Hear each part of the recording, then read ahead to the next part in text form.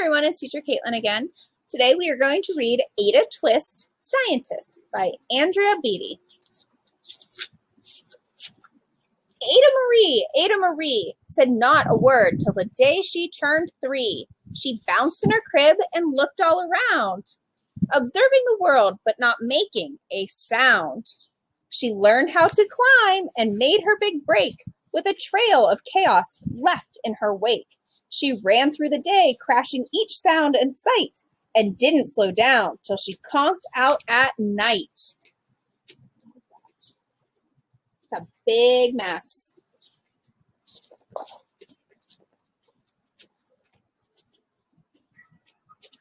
Her parents were frazzled, but tried not to freak. As Ada grew bigger, she still did not speak. Clearly young Ada, with lots in her head, would have something to say when it ought to be said.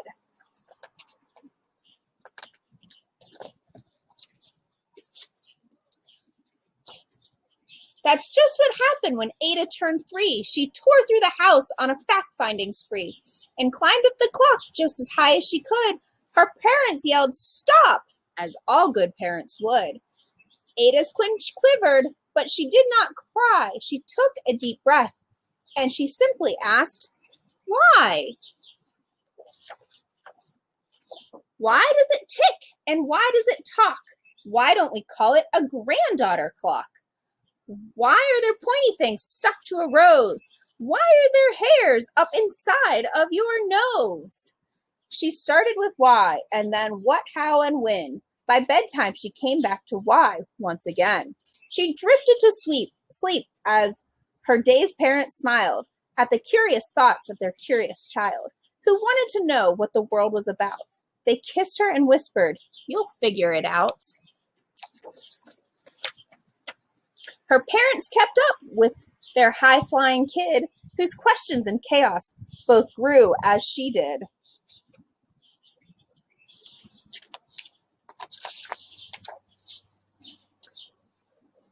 Even Miss Greer found her hands were quite full when young Ada's chaos wreaked havoc at school. But this much was clear about Miss Ada Twist. She had all the traits of a great scientist. Ada was busy that first day of spring, testing the sounds that make mockingbirds sing, when a horrible stench whacked her right in the nose, a pungent aroma that curled up her toes. "Zowie," said Ada, which got her to thinking, what is the source of that terrible stinking? How does a nose know there's something to smell, and how does it still stink if there's no nose to tell? She rattled off questions and tapped on her chin. She started at the start, where she ought to begin. A mystery, a riddle, a puzzle, a quest. This was the moment that Ada loved best. Ada did research to learn all she could of smelling and smells, both stinky and good.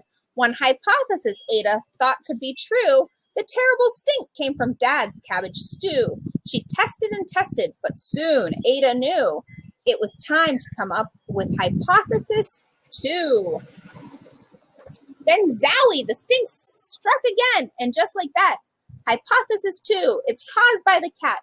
The cat couldn't make such a stink on its own. It needed perfume and some fancy cologne. So young Ada tested. The test was a flop. She started again, but her parents yelled, "Stop!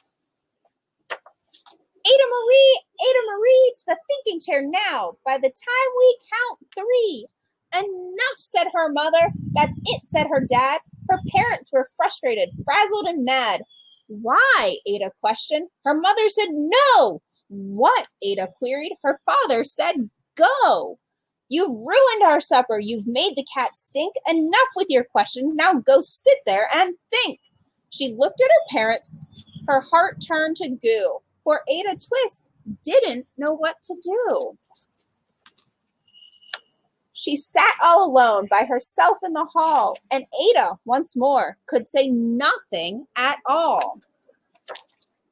And so Ada sat, and she sat, and she sat, and she thought about science and stew and the cat, and how her experiments made such a big mess.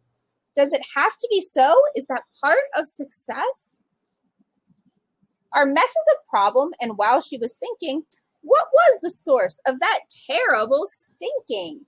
Ada Marie did what scientists do. She asked a small question, and then she asked two, and each of those led her to 3 questions more, and some of those questions resulted in 4. As Ada got thinking, she really dug in. She scribbled her questions and tapped on her chin. She started at why, and then what, how, and when. At the end of the hall, she reached why once again. Her parents calmed down, and they came back to talk. They looked at the hallway and just had to gawk. No patch of bare paint could be seen on the wall. The thinking chair was now the great thinking hall. They watched their young daughter and sighed as they did. What would they do with this curious kid who wanted to know what the world was about? They smiled and whispered, "We'll figure it out." And that's what they did, because that's what you do when your kid has a passion and a heart that is true. They remade their world, and now they're all in the act of helping young Ada sort fiction from fact. She asked lots of questions. How could she resist? It's all in the heart of a young scientist. And as for that smell, what can Ada Twist do but learn all she can with her friends in grade 2? Will they discover that stink that curls toes? Well, that is the question. And someday, who knows? The end.